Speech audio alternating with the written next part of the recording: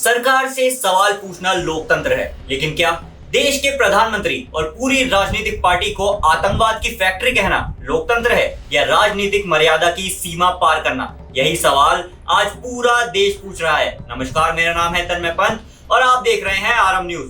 NEET और अन्य परीक्षा विवादों को लेकर लगातार आंदोलन कर रहे अभिजीत दीपके का एक पोस्ट सोशल मीडिया पर तेजी से वायरल हो रहा है। इस पोस्ट में उन्होंने दावा किया है कि जो भी बीजेपी से सवाल पूछता है उसे आतंकवादी, पाकिस्तानी या देशद्रोही कहा जाता है। और कल तो कह दिया एजुकेशन मिनिस्टर साहब ने कि ये लोग टेररिस्ट है। मतलब हम लोग न्याय मांग रहे हैं स्टूडेंट्स के लिए जिन्होंने आत्महत्या की, उनको इस देश का एजुकेशन टेररिस्ट कहता है, एजुकेशन मिनिस्टर टेररिस्ट कहता है।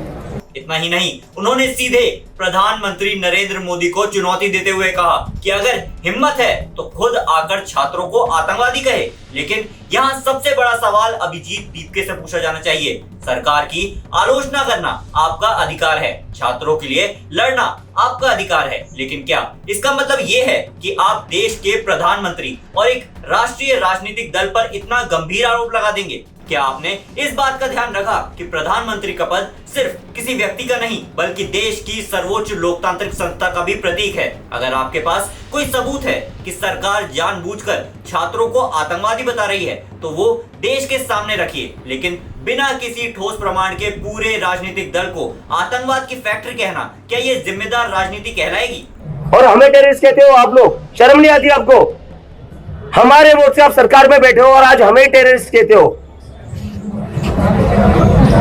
कब तक ऐसा चलेगा इस देश में? कब तक हम लोगों को टेररिस्ट बोला जाएगा, पाकिस्तानी बोला जाएगा? एक और सवाल ये भी है कि क्या छात्रों के मुद्दे को हल करने के बजाय इस तरह की तीखी बयानबाजी माहौल को और ज्यादा राजनीतिक नहीं बना रही है? जिन छात्रों को न्याय चाहिए, क्या उनका मुद्दा अब राजनीति के भेंट चढ़ता हुआ नहीं नजर आ रहा है? लोकतंत्र में सवाल पूछना जरूरी है, लेकिन उतना ही जरूरी है कि आरोप लगाते समय भाषा और मर्यादा का भी ध्यान रखा जाए, क्योंकि अगर हर राजनीतिक मतभेद को आतंकवाद से जोड़ा जाएगा तो फिर गंभीर शब्दों की अहमियत ही खत्म हो जाएगी।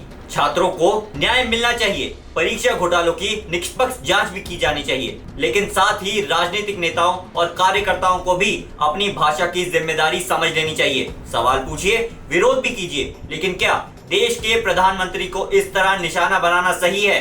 ये फैसला अब जनता को करना है। ऐसी और जानकारी के लिए हमारे साथ जुड़े रहिए। मेरा नाम है तन्मय पंत और आप देख रहे हैं आरएम न्यूज।